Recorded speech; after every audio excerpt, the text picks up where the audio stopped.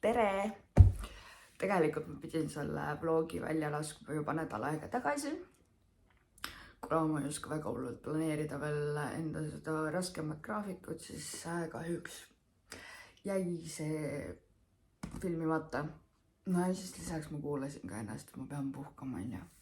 Täna ma sundisin ennast seda tegema, sest mul ei ole teile mitte midagi näidata muidu enne ülejärgmist nädalat. Vot, aga mis minuga vahepeal toimunud, kirjeldan, räägin sellega ära. Midagi, ma olen tööd teinud. Vahepeal korra ma siin ka proovisin teile salvestada nädal minuga, kus ma katkestasin lihtsalt poole nädala pealt ja vaatasin, et mul ei ole pointi seda teha, sest et mu nädal järsku muutus ja juhtus see, et ma pean hästi tihedalt praegu tööl olema see nädal ja kahjuks mul ei ole mõtet seda näidata. Mis ma näitan teile, kuidas ma põhimõtteliselt terve nädal tööl käin. Veits igav, ei ole nii huvitav, vähemalt minu mõttes nagu. Ja täna ongi selline üks ainuke vaba päev. Täna ma filmisin teise episoodi podcasti. Podcast on ka kahjuks juba graafikust maas, sest et minu tervislikul põhjustel jäi 2 nädalat tagasi see välja panemata, kuna ma ei tundnud ennast vaimselt väga hästi. Ja siis täna sai ilusti see episood purki. Ma vaatasin niimoodi kiirelt, päris äge. Tegelikult nii mina kui ka mu külaline tundsime ennast hästi mugavalt ja täiesti meile endale nagu meeldis see. Et nüüd on vaja ainult ära monteerida ja vaadata, mis sellest siis saab. Nii et ma loodan, et esmaspäeval saan teile selle ära näidata. Kui juhuslikult midagi peaks seal juhtuma, ma ei tea, tehnilised rikked või põhjused, siis ilmselgelt tuleb jälle lükata edasi. Ma armastan seda edasilükkamist täiega. No see on tegelikult, ma ei saa mitte midagi sinna parata, vahest ei sõltu minust need probleemid. Alustame trennipäevikuga teise osaga. Nii, 20. septembril sai kuu, kui ma olen käinud trennis. Johei! Täna ma siis annan teile väikse kokkuvõtte sellest kuust. Ja ma vaatan siia, siis ma piilun küsimusi. Ma valmistusin ette, kujutate ette, ma valmistan ennast viimasel ajal suht tihti ette. Sest et mul on nii kiire aeg praegu olnud ja mul ei jää püsima need asjad meeles, mida ma täpselt pean tegema. Aga kuna ma tahan ikkagi nagu kvaliteetset asja pakkuda, siis paratamatult ma pean enne seda nagu pool tundi või tundi aega maha istuma ja reaalselt panema kirja endale paberile, mida ma räägin. Nii, kuidas siis läks mu kuu aega trennis? Kuulge, ma ütlen seda, et see läks väga kiiresti. See oli ülimalt uskumatu. Ma isegi ei pidanud nagu ennast sundima otseselt, et trenni minema. Pidanud endaga neid selliseid vestlusi tegema, et lähme täna trenni. Ma olin just, täna on trennipäev ja let's go. Peale seda vlogi, kusjuures ma peaks ka trenni minema. Ma olen ausalt küsimärgi all, sest et ma olin 7 päeva järjest tööl. Täna on mu ainuke vaba päev ja ma tõesti magasin peale podcasti salvestamist, võib-olla näha ka. Mul on vahepeal koduseid toimetusi ka teha. See kõlab nagu räigelt vabandused ja asjad, aga ma ei ole kindel, kas ma jõuan või ma ei jõua. Ma sain aru, miks ma haigutan pidevalt, sest ma olen väsinud pidevalt, sellepärast ma haigutangi. Ideaalis ma panin praegu räigelt hea plaani kokku, see, et ma filmin ära selle vlogi, siis ma lähen trenni, nii kaua kui ma kardiotrenni teen, ma saan monteerida. Kui ma ära monteerin siis ja trenni ära teen, siis ma saan poes käia, siis ma tulen koerale järgi, siis me läheme koeraga jalutama. Ja siis ma saan nii kaua üles laadida vlogi YouTube'i, sellepärast see võtab ka omaette aega. Ja siis ma nii kaua saan lõpuni ära kuristada. ja põhimõtteliselt siis ma saaksin ju ka Lego veel täna kokku panna, kuigi ma väga kahtlen selles ma küll väga kahtlen. Ja põhimõtteliselt minu päevaplaan on tehtud siis. Tundub nii ideaalne, aga ma ei tea, kas ma selle ära teen.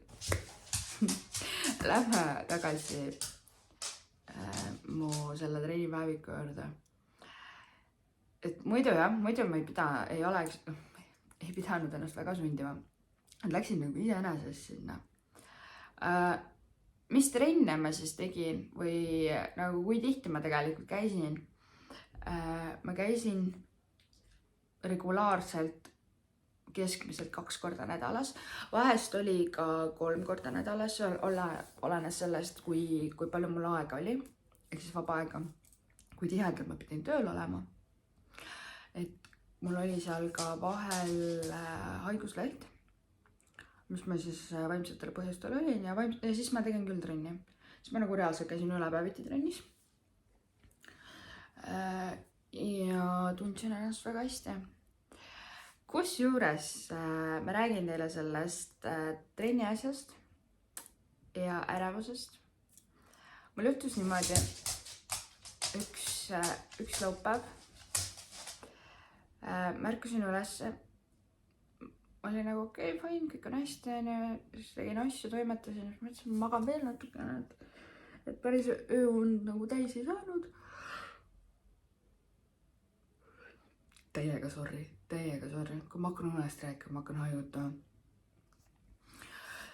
Ja magasin, tegin lõunauinakut, powernappi. Tegelikult ma ei nimeta seda powernapiks. See oli ikkagi veits kauem. Ühesõnaga, ärkasin siis ma üles ja ma tunnen, et mul on ärevus. Suke hästi õrn, aga on. Ma ütlesin, et no issand jumal, sellepärast ma küll ei hakka nüüd trenni, ma ei lähe selles suhtes ei jäta minemata sellepärast nüüd. Ja davai, läksin trenni ja kusjuures ma mõtlesin täiega selle peale, et ma ajan täiega praegu kõik asjad sassi, sest et tegelikult ma läksin päeval trenni, et siis ma ärkasin hommikul üles juba ärevusega. Ma ajan mingi muu päevaga juba sassi, sest mul neid ärevusi on siin olnud enne sedagi.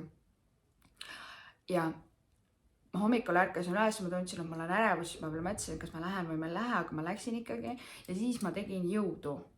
Kuigi samal ajal ma tegelikult mõtlesin ja küsisin enda käest, kas sa oled kindel, et sa tahad teha jõudu. Jõutreeningut siis ühesõnaga. Et äkki me teeme ikkagi täna kardiot, siis ma mingi ei, me oleme juba see nädal kardiot teinud, et teeme ikka jõudu, on ja. No okei, ma tegin selle trenni ära siis. Ja alguses ma nagu olin hästi ärritunud, peale jõudu ma olengi esimest tundi aega hästi ärritunud, siis mul nagu tõmbab tagasi. Tulin koju ja mõtlesin, et ma hakkasin pikutama ja tunnen täiega, et mul hakkab ärevuse hoog pihta. Nagu niimoodi sujuvalt, nagu laine hakkab tulema. Ja teate, kui ma võrdlen seda mais olevat hoogu, mis siis oli 10-10, siis kui ma endale kiirabi välja kutsusin ja ma värisesin üle keha, siis see oli 60. Ma hakkasin ka värisema, aga mul lihtsalt vedas, et mul oli Xanax kodus ja ma tõesti sain hästi kiiresti selle võetud. Muidu, kui ei oleks niimoodi olnud, ma oleks pidanud kiirabi endale välja kutsuma, sest ma hakkasin juba tõmblema. Käed hakkasid juba tõmblema iseenesest ja ma hakkasin juba niimoodi tegema. Ja võt siit tulebki see asi, et kui sul on ärevus, siis ära mine jõudu tegema, sest et seal on mingi ajukeemia oma asi, et see trenn üldse nagu mõjutab hästi palju aju. See hingamine ja nii edasi ja siis ma andsin nagu seda adrenaliini rohkem juurde talle ja lõppkokkuvõttes ma ikkagi tegin endale halba. Kuna ma päris mitu korda seal oli trennis halb, mul pulss langes, ta tõusis üles, siis langes järsku, siis tõusis üles, siis langes. Mul hakkab alati halb sellest, kui selline asi nagu juhtub. Ja soovitus oli nagu pigem teha kardiotreening. siit on õppetund, ma nüüd tean edaspidi, et ma teen kardiotreeninguid, kui ma tunnen, et mul on ärevus. Jõudu ma ei tee. Kas ma peale seda olen jõudu teinud? Ei ole. Ma ei julge. Ma ei viitsi ka tegelikult. Mulle ei meeldi jõutreeningud. Ma võin kardiot teha. Ma võin nagu reaalselt kardiot teha. Milline mu kardio välja näeb? Mu kardio näeb välja jooksulindil mäkketõus. 12 sellega suurusega või mis iganes. Sellega sa paletad reaalselt rasva. Tund aega kõnnid niimoodi ja siis pärast paletad treppi. Treppi siis ma arvan, et vast jõusaalis inimesed äkki on siin, teavad kuidas treppi. Ühesõnaga lihtsalt nagu kõnnid trepist ülesse. Praegu maksimum, mis ma olen ära kõndinud, vist äkki 45 korraga. Ja 45. Ma ei pane kirja ka endale kuhugi. Ja see võtab circa mul 50 minutit ja lisaks siis veel 10 minutit jooksu. Tund aega kardiotreening ja sellega sa põhimõtteliselt paletad maha 500 kilokalorit tunni aega, mis on päris kõva tegelikult. Vahepeal kusjuures ma kõndisin ka 10 kilomeetrit siin jalutasin, sest üldse kui ma lähen jalutama, siis ma juba jalutan siis need 10 kilti ära, mis tundub nagu ülinorm, kõndib põhimõtteliselt 2,5 tundi. Et jah, selline nagu igatepidi oli õppimiskohti see kuu, mis seisundis võib minna trenni, mis seisundis mitte. Mina sain aru ikkagi sellest, et jaa, okei, sport tõesti nagu aitab vaimsel tervisele kaasa, aga sa pead seal valima ikkagi, mis sporti sa teed. Kõik spordialad ei sobi kõigile. Oleneb täiesti. Näiteks näete, ma olen praegu endale leidnud kardiotreeningud. Ma ei tea, jõudu teoreetiliselt peaks ka nagu tegema, sest et peaks nagu kõhust lahti saama. Ja ma ikkagi otsustasin, et ma tahaks täiega endale ilusat selga. Tahaks täiega ilusat selga. Ja siis jalgu tahaks ka nagu... Jalgu tahaks ka, sest et kõige tugevam osa minu kehast on tegelikult jalas. Ma olen jalgu alati treeninud. Nagu alati. Ja mida ma olen ka jõutreeningus praegu kõige rohkem teinud, ma olen ikkagi jalgu teinud. Mis ma veel olen aru saanud selle kuu ajaga? Las mul pigem valutavad sõna otseses mõttes lihased. Las nad rebenevad mul seal naha all. Aga mul vähemalt ei valuta siin samas ja siin ei ole lollakaid mõtteid. Ja see aitaski hästi palju mul trennis käimisega, kui ma olin nagu wow, stopp, mingi debiilsus hakkab mul seal peas pihta. Trenni.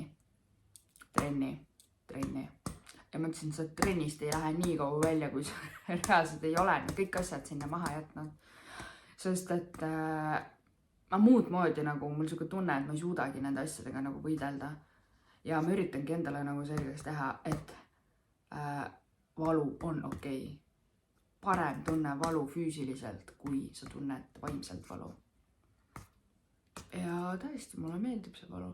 Täiega meeldib peale jalgade päeva siukest, see jalad, need kohad, mingel on nii mõnus. On haigi nii on. Aga see on nii mõnus valu. Mis mulle ei meeldi valu, mulle ei meeldi see valu siin. On nagu käevalu, eriti veel kui siia läheb, sest et kui ma magan, siis ma magan niimoodi. Et kuidagi niimoodi magan ja siis ma ei saa magada.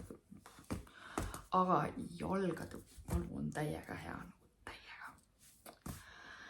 Et jah, mis ma veel nagu ongi selline, ma olen rohkem pigem avastanud, et mulle sobib sport. Tõesti sobib. Ma jätkan edasi, nii palju kui võimalik on. Järgmine nädal on mul trenn, siis järgmine nädal on mul ka jooksupäev, jooksu õhtu õigemini. Ma lähen Free Day Night Run, mis toimub Tartus Raekoja platsis 4 kilomeetrit jooksma. Ma nägin seda rada, siis ma mõtlesin, et täitsa lõpne. Tegelikult ma teadsin enne juba, milline see rada välja näeb, aga meil ostsin pileti. Õhtul siis ma olin nagu mingi juhii, laske kuul pähe. Esimene jooksuvõistlus mul üldse elus. ma lähen üksinda ka, aga õnneks mul on toetusgrupp Raekoja platsi raames. Seega mind oodatakse seal tagasi ühes tükis, et ma ei kuuluks kusagil tee peal. Ma arvan, et ma võib-olla teen eraldi vlogi ka selle kohta, võib-olla, aga ma ei luba mitte midagi. Sest et oleneb täiesti, seal on esiteks pime ja ma ei tea, ma mõtlen selle peale, aga ma ei ole kindel, nii et ma ei hakka mitte midagi lubama. Jaa, Instagramis võite küll jälgida. Seal ma kindlasti teen storysid, enam kui kindel, et ma teen seal storysid. Kas sellest tuleb eraldi vlog? Ei tea, ei luba, ausalt ei luba. Ma üritan, aga ei tea. Vot see oligi minu see 1 kuu trennis käimisest, mis on pigem positiivne olnud kui negatiivne. Nüüd ma jätkan edasi. Kindlasti hakkan andma nüüd ka märku enda nendest treenipäevikutest, et kuidas ma läheb, kuidas ma sain kuu ajaga hakkama ja nii edasi, oma tulemusi ja kusjuures ma olen kaalust alla võtnud. Ja mu toitumine on mingil määral paremaks läinud, aga mitte päris. Rämpsumus on endiselt, ma rämpsudan siis, kui ma täiesti ma ei jaksa mitte midagi teha ja mul on kergem see võtta. Sellega läheb ka aega enne, kui ma selle välja võõrutan. Aga edusammud on suured, ausalt on. Nüüd jah, aga näeme juba järgmises vlogis. Ma ei oska öelda, kuna vlog tuleb, minu meelest peaks tulema nädal minuga. Loodan, et tuleb. Kui ei tule, siis võib-olla tuleb see 3-day night run vlog, mida ma ka ei luba. Ühesõnaga, vlog tuleb kindlasti, ma ei jäta teid ilma vlogita. Ükskord nädalas ma ikkagi üritan midagi välja panna. Aitäh vaatamast ja arvatavasti võib-olla meeldis. Aitäh!